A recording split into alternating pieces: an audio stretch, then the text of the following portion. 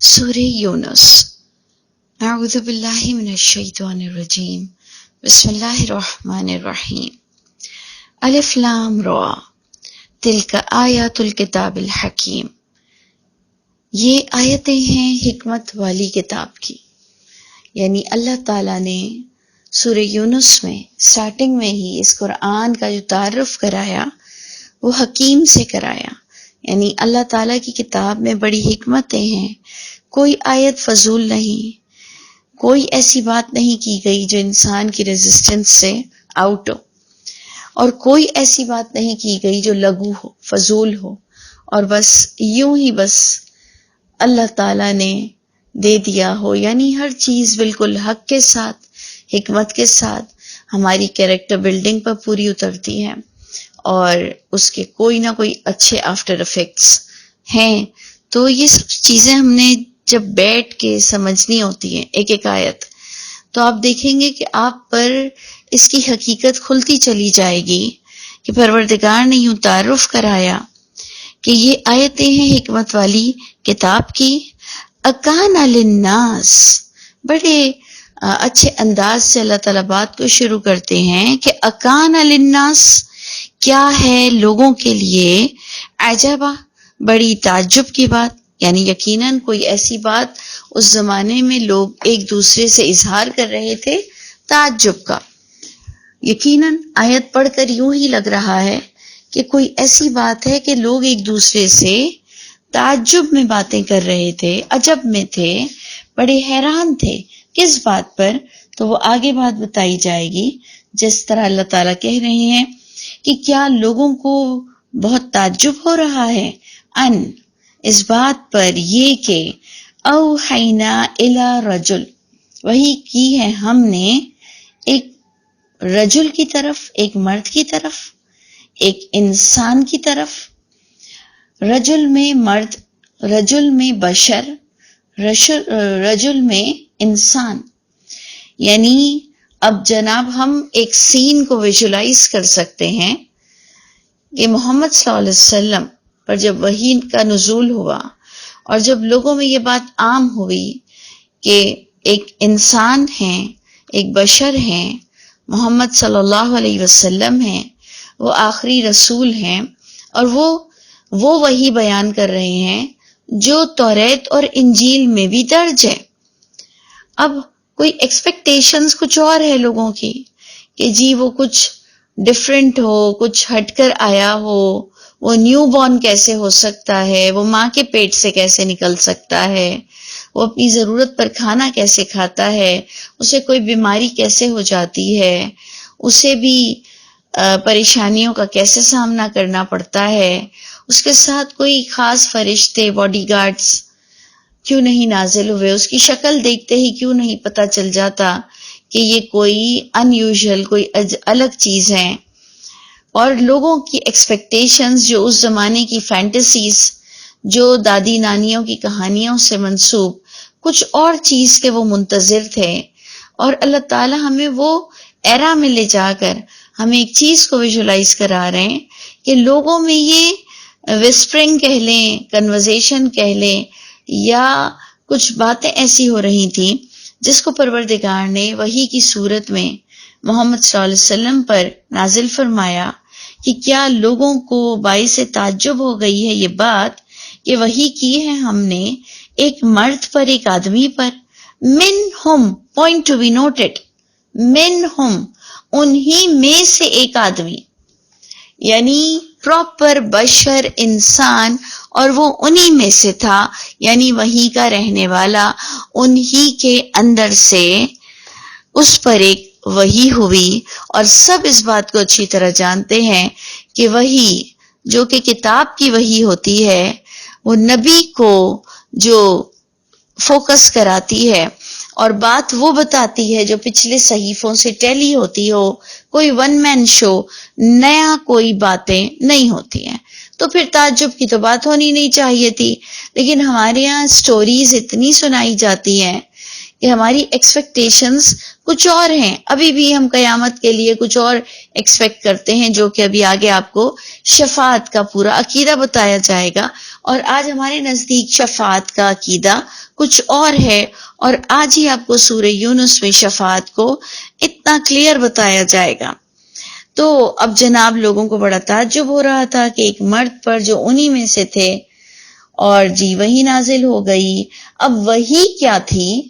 وہی کا تعارف کرایا جاتا ہے کہ وہی کیا ہوتی ہے، جس کو ہم بغیر سمجھے پڑھتے ہیں، جس کو ہم مردوں کے لیے پڑھتے ہیں، جس کو ہم پڑھ پڑھ کر دوسروں کو ثواب دے دیتے ہیں. تو ہمیں وہی کا تعارف کرایا جا رہا ہے کہ وہی کیا تھی اور وہی کیا ہوتی ہے اور وہی کا پرپس کیا ہوتا ہے. انذر الناس. سب سے پہلے بات آئی حکمت والی کتاب کی، پھر بات آئی یہ تعجب ہو رہا ہے تم کو کہ ایک مرد پر جو تمہیں میں سے ہے اور اس پر وحی کی بات نازل ہو گئی. اور وحی کی بات کیوں نازل ہوئی؟ انذر الناس، یہ کہ آپ اویئرنیس دو، انذار کرو، خبردار کرو. کس کو؟ الناس، عام پبلک کو، لوگوں کو آپ نے انذار کرنا ہے. تو اس سے پتہ چلا کہ آج آپ کے اور میرے لیے بھی وحی کا مقصد پہلے خود ڈرنا، پہلے خود خبردار ہونا، اور پھر اس کی اطلاع لوگوں تک ہم نے بھی پہنچانی ہے. یہ کام نبیوں سے شروع ہوتا ہے اور عام پبلک بھی اس کام کو پروموٹ کرتی ہے، لیکن وہی اسپیسیفک ایک شخص پر اترتی ہے جس کو ہم نبی کنسیڈر کرتے ہیں.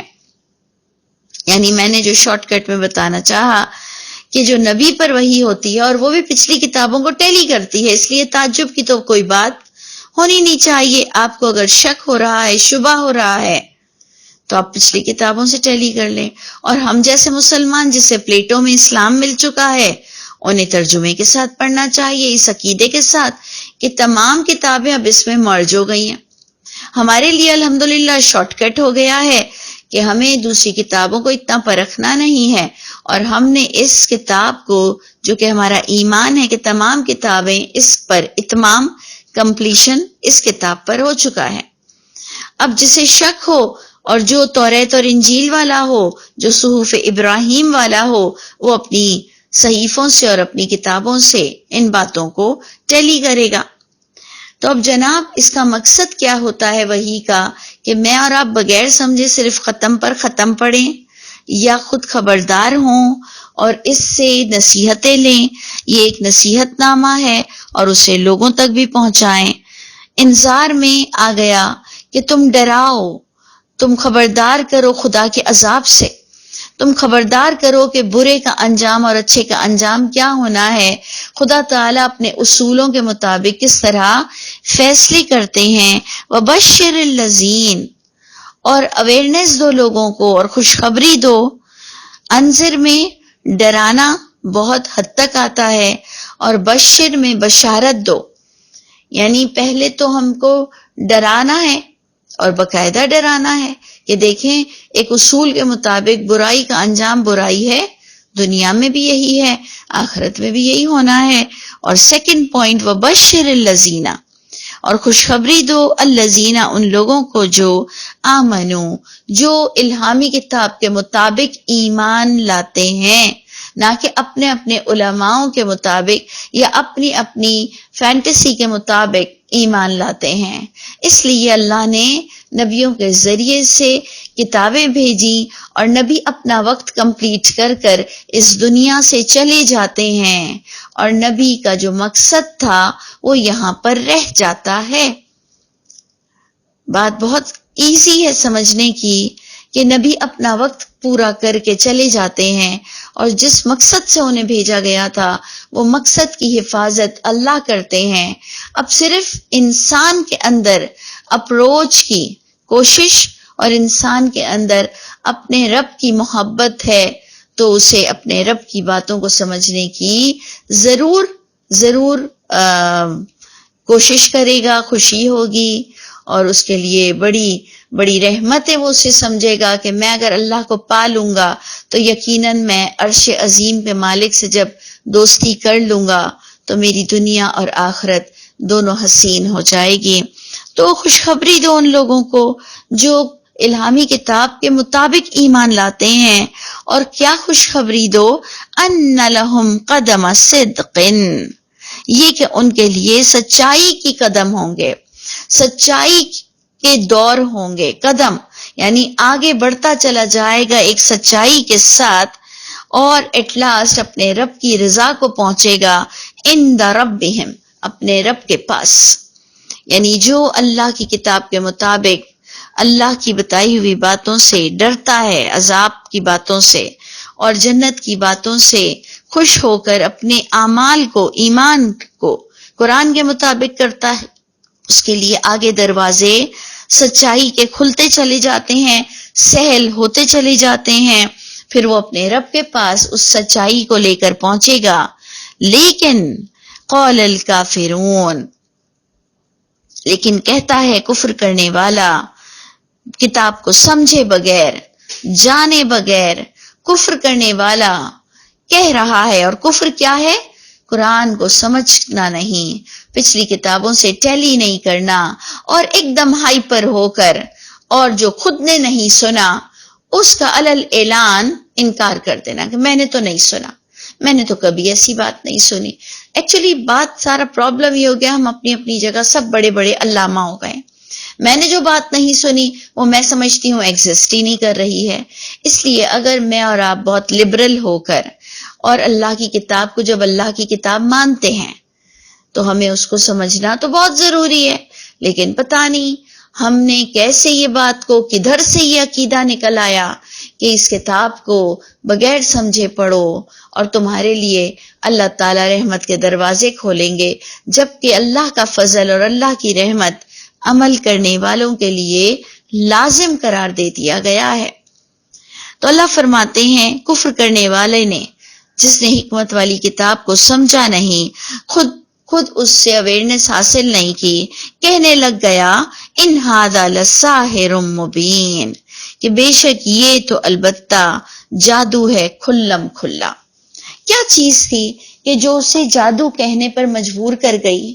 اس نے دیکھا کہ جو سلیکٹڈ پیپل ہے، جو کنسرن انسان ہے، وہ جب اللہ کی کتاب سے جڑتا ہے تو اسی کا ہو جاتا ہے۔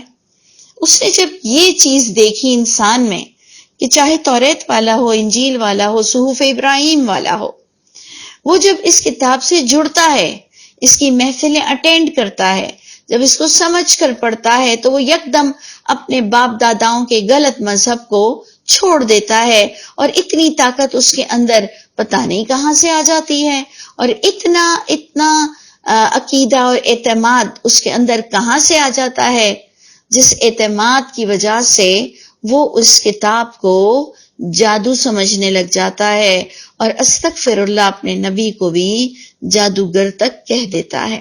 وہ یہ بات نہیں سمجھتا کہ اس کے اندر وہ سچائی ہے جو تمہیں اپنی کتاب تک لاتی ہے، جو تمہیں صرف قرآن تک محدود نہیں رکھتی، جو تمہیں انجیل کو کھلوا دیتی ہے، جو تم پر توریت کی سچائی کو کھول دیتی ہے۔ پھر تم پرسنالٹی کے پیچھے پڑے ہو، اور یہ قرآن کو سمجھنے والا پھر پرسنالٹی کو نہیں دیکھتا، پھر اس کی لائی ہوئی بات کو اگری کرتا ہے جس پر تم سمجھتے ہو کہ وہ فیوریٹزم کر رہا ہے یا کسی نے اس پر جادو کر دیا۔ تو جناب یہ بات اتنی سچی ہے کہ اگر آپ اور میں بھی اس کو سن لیں تو آپ بھی حیران ہوں گے کہ آپ میں اور مجھ میں اتنی طاقت کہاں سے آ گئی، اور اتنا اعتماد تو ہمیں کبھی کسی چیز نے نہیں دیا۔ آگے چلتے ہیں کہ اللہ تعالیٰ بڑی خوبصورت انداز سے جو یہ تعارف کرا رہے تھے، پھر پروردگار فرماتے ہیں ان ربکم اللہ، بے شک تمہارا رب اللہ ہے، تمہارا پالنے والا اللہ ہے، اس لیے تم اس کتاب کو سمجھو، ڈرو مت کہ تمہیں تمہارا پرانا مذہب، تمہارا پرانا دین، تمہارے پرانے کانسیپٹ چھوڑنے پڑ جائیں گے، اس لیے میں اس قرآن کو ہی نہیں پڑھتا کہ میں اور کنفیوز ہو جاؤں گا، بلکہ آؤ قرآن کو سمجھو، ساری کنفیوژن ختم ہو جائے گی، ڈرو مت۔ وہ کہتے ہیں نا کہ جتنا بڑا کام کرو گے اتنے ہی گین اور اتنے ہی پروفٹ کے چانسز ہوں گے، تو آؤ کھل کر دیکھو، اور انشاءاللہ آپ کو پتہ چلے گا کہ آپ کے بڑوں نے اگر 10 باتیں کی ہیں تو ان میں اگر کچھ صحیح ہیں اور کچھ غلط ہیں، تو اللہ نے آپ کو اتنا بڑا بنا دیا کہ آپ جسٹیفائی کر سکتے ہو کہ کتنی باتیں کسی کی صحیح ہیں اور کتنی باتیں کسی کی غلط ہیں۔ یہ معیار اگر آپ کو مل جائے، یہ روشنی اگر آپ کو مل جائے، تو بتائیے کہ مجھ سے اور آپ سے بڑا خوش قسمت کون ہوگا جسے اللہ کی پہچان ہو جائے، جسے نبیوں کی پہچان ہو جائے، اور جسے اپنے آنے کا مقصد پتہ چل جائے۔ وہ کتنی روشنی میں چلے گا، بلکہ اپنے فیصلے اسی روشنی میں کرے گا۔ تو اللہ تعالیٰ مجھ کو اور آپ کو بھی ڈیسیشن پاور دے، اور وہ بھی قرآن کے مطابق دے۔ تو اللہ فرماتے ہیں کہ بے شک تمہارا پالنے والا اللہ ہے، تم دوسروں سے اتنا ڈرتے کیوں ہو؟ تم کیا سمجھتے ہو کہ تمہیں کوئی اور پالتا ہے؟ جو تمہیں بظاہر پال رہا ہے، تم کسی کے بھی انڈر میں پل رہے ہو، یقین رکھو وہ خدا نے ہی تمہارے لیے سارے سبب بنائے ہیں۔ اگر خدا تعالیٰ تم سے ہاتھ ہٹا لے تو یہ سبب تم سے سارے کے سارے ختم ہو جائیں گے۔ اس لیے بات کنکلیوڈ یوں ہوئی کہ پالنے والا وہ اللہ ہی ہے۔ الذی، اب اللہ تعالیٰ اپنا تعارف کرا رہے ہیں کہ میں کون ہوں۔ اللہ فرماتے ہیں کہ وہ جو تمہیں پال رہا ہے وہ اللہ ہے۔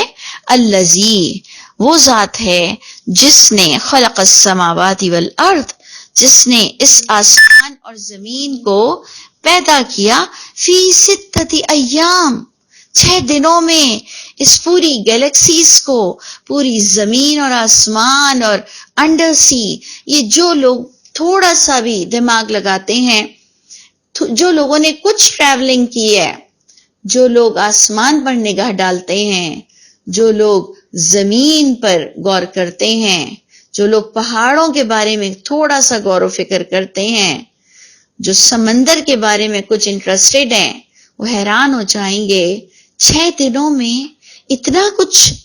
یہ خدا تعالیٰ ہے جو عرش عظیم کا مالک ہے، جو کہ آپ نے سورہ توبہ کی اینڈنگ میں پڑھا۔ یہ اللہ، اگر تم چاہو تو تم اس کے دوست بن سکتے ہو، اور اگر تم چاہو تو وہ تم سے پیار کرنے لگ جائے گا، اور جو اس کی فیور جس کے ساتھ ہو جائے اس کی تو شان ہی کچھ اور ہے۔ اللہ فرماتے ہیں تم سوچو تو صحیح کہ تمہاری بیک پر کون ہے؟ تمہاری بیک پر جو تمہیں بھائی اور شوہر اور کنبا اور پیسہ اور تمہارا گھر نظر آتا ہے، اس سے بہتر کئی درجے بہتر تم سوچو تو صحیح کہ اگر میں اور آپ عمل والے ہو جائیں تو ہم پر خدا کا ہاتھ ہوگا، اور ہم اللہ کی رحمت کے اگر مستحق ہوں تو پھر اگر اس رحمت کے حصے میں اللہ کی منشا میں ہم اگر پریشانی اٹھا رہے ہیں، اس پر ہمیں ڈھیر اجر ملنا ہے۔ اور یہ اللہ کا طے شدہ پلان ہے کہ کچھ تکلیفیں اٹھاتے ہوئے بندہ اپنی منزل مقصود تک پہنچے گا۔ تو یہ تو ایک دنیاوی تقاضا بھی ہے کہ آپ ایک چپاتی بھی کھاتے ہیں تو آپ اس کو بڑی مشکل سے کما کر، اور بڑی عورتوں نے محنت کر کے اور ہاریوں نے اور اس کو اگا کر کس طرح سے آپ کے منہ تک ایک چپاتی جاتی ہے۔ اور کوئی بھی چیز لے لیں، اسکول پڑھنا، بچوں کو مونٹیسری میں پڑھنا، کالجز اور بڑے بڑے وائوا اور لیکچرز، ساری چیزیں آپ سوچیں تو صحیح، آپ پچھلے جانا پسند نہیں کرتے ہیں کہ جو میں حالات طے کرتا ہوا آیا ہوں۔ تو اللہ کی اس خوشنودی کو اپنانے کے لیے جو منزل کو طے کرنا ہے اور جس سے آپ کی NOC جاری ہونی ہے جنت کی، اس کے لیے کچھ تکلیف تو اٹھانی ہے۔ آپ نے اور میں نے مینٹلی پریپیئر رہنا ہے کہ اٹھانی تو پڑے گی کچھ تکلیف۔ جیسے ہم دنیاوی معاملے میں تیار ہیں، ایسے ہمیں دینی معاملات میں بھی کچھ نہ کچھ تو سامنا کرنا پڑے گا، لیکن ایٹ لاسٹ ہم اس خدا کی دوستی تک پہنچ سکتے ہیں، پاسبل ہے۔ تو اللہ وہ ذات پاک ہیں جنہوں نے آسمان اور زمین کو 6 دنوں میں بنایا۔ ثم استوى علی العرش، پھر اللہ تعالیٰ نے قرار پکڑا عرش پر، یا اس کا دوسرا ترجمہ ہوگا پھر اللہ تعالیٰ متوجہ ہوئے عرش پر۔ دیکھیں، جب بتایا یہ جاتا ہے کہ اللہ تعالیٰ نے 2 دن میں یوں کیا، 2 دن میں یوں کیا، پھر اللہ تعالیٰ عرش کی طرف متوجہ ہوئے، تو اس میں ہم یہ پوائنٹ لے جاتے ہیں کہ پھر اللہ نے زمین بنایا پھر آسمان بنایا. اور جب ہمیں یہ آیت ملتی ہے کہ پہلے اللہ کا عرش پانی پر تھا پھر اللہ تعالیٰ آسمان پر براجمان ہوئے، یعنی اللہ تعالیٰ نے اپنا خاص گھر آسمان پر منتقل کیا. یہ قرآن کی آپ کو آیت میں ملے گا کہ پہلے عرش پانی پر تھا پھر اللہ تعالیٰ متوجہ ہوئے، پھر اللہ تعالیٰ نے قرار پکڑا آسمان پر. پھر ہم یہ بھی پڑھتے ہیں کہ اللہ تعالیٰ ہر جگہ موجود ہیں. پھر ہم یہ بھی پڑھتے ہیں لہو ملک السماوات والارض. پھر ہم یہ بھی پڑھتے ہیں کہ تم اگر دو ہو، اگر تم ایک ہو تو تمہارے پاس دوسرا خدا کی ذات ہے. یعنی اللہ تعالیٰ ہمیں ہر طرح سے عقیدے دیتے ہیں کہ اگر ایک ملک کا کوئی پریسیڈنٹ ہے، جس کا ہم پرائم منسٹر ہاؤس لے لیں یا پریسیڈنٹ ہاؤس لے لیں، اس کا ہاؤس ایک جگہ یا کئی جگہ ہوتا ہے لیکن اس کی بادشاہت پورے ملک پر ہوتی ہے. بالکل اسی طرح ہی ہم سمجھیں گے کہ جیسے دنیا میں بیت اللہ اتنا چھوٹا سا ایک کعبہ ہے جس کو ہم بیت اللہ کہتے ہیں، لیکن ہم یہ بات بھی اچھی طرح مانتے ہیں کہ اللہ تمام آسمان زمین کے بادشاہ ہیں، لیکن اللہ نے اپنے ایک گھر کو کنسیڈر کیا کہ یہ بیت اللہ ہے. اب استغفر اللہ مذاق اڑانے والے، فضول باتیں کرنے والے اسی چیز میں لگے پڑے رہیں گے، اور ایمان لانے والے ایمان کو اپنے مکمل رکھیں گے اور بات کو بہت اچھی طرح سے اپنی سماعت بصارت دل سے فائدہ اٹھاتے ہوئے یہ بات کو اچھی طرح سمجھ لیں گے کہ اللہ تعالیٰ کتنی باتوں سے ان کو ٹیسٹ کرتے ہیں اور کتنی باتوں میں تم فضول الجھتے ہو بغیر کسی عقل کے اور بغیر کسی سمجھ کے، بس تم بحث و مباحثے میں پڑے رہتے ہو. تو یہ بات اللہ تعالیٰ نے بار بار بتائی کہ اللہ تعالیٰ نے آسمان زمین کو 6 دن میں پیدا کیا، بنایا. پھر اللہ تعالیٰ نے قرار پکڑا عرش پر. یدبر الامر، اور تمام امر، تمام حکم کی تدبیر بھی وہی اللہ تعالیٰ کے ہاتھ میں ہے. اللہ تعالیٰ کے اگر فرشتے اور لوگ کام کرتے ہیں لیکن تدبیر تمام کاموں کی اس رب تعالیٰ کے پاس ہے. اس لیے اگر آپ اور میں پریشان ہیں تو اس کا علاج، اس کا طریقہ، اس کا وے آؤٹ جو بھی کچھ ہے وہ سب اللہ کے ہاتھ میں ہے. کسی اور کو پکارنا اسی لیے بالکل جائز نہیں، اور کسی اور سے اصولوں کے خلاف چلتے ہوئے مدد مانگنا، غیبی مدد مانگنا کسی صورت جائز نہیں، کیونکہ ہے سب سب اللہ کے ہاتھ میں. تو اس لیے آپ بہت اچھی طرح سے اس آیت کو پڑھیں کہ تمام تدبیریں، تمام رزلٹ آؤٹ اللہ ہی کے حکم سے ہوں گے. تمام چیزوں کی تدبیر اللہ فرماتے ہیں. ہمیں اصولوں کو سمجھنا ہے. ما من شفیع، نہیں ہے کوئی شفاعت کرنے والا الا من بعد اذنہ، مگر اس خدا ہی کے حکم کے ساتھ ہے. یعنی اس پر میں انشاءاللہ اگلی آڈیو میں ہم ڈسکس کریں گے، لیکن ہم شارٹ کٹ میں آپ کو صرف اتنا بتا رہے ہیں کہ آپ کے پاس جو لفظ آ رہے ہیں اس کو قرآن کھول کر دیکھ لیجئے کہ تمام تدبیریں اللہ کے پاس ہیں، تمام حکم اللہ ہی تدبیر کرتے ہیں، اللہ ہی ہر چیز کا نظام چلاتے ہیں. ما من شفیع، کوئی بھی شفاعت کرنے والا نہیں، الا، ہاں مگر شفاعت کا جو اصول بتایا گیا ہے وہ بھی من بعد اذن ہی ہے. شفاعت بھی اسی کے اذن کے ہی بعد ہے، اسی کے حکم ہی کے بعد ہے. وہی فیصلہ کرے گا کہ کس کو کیا ملنا چاہیے، کس کو جہنم میں جانا ہے، کس کو جنت ملنی ہے، کس کے لیے دنیا میں کیوں برائی آئی ہے اور کسی کے لیے کیا کچھ ہے. اذن، حکم، تمام کے تمام فیصلے اس سپریم اتھارٹی کے ہی پاس ہیں. نہیں ہے کوئی شفاعت الا، مگر ہے شفاعت اس اللہ کے حکم کے بعد ہی.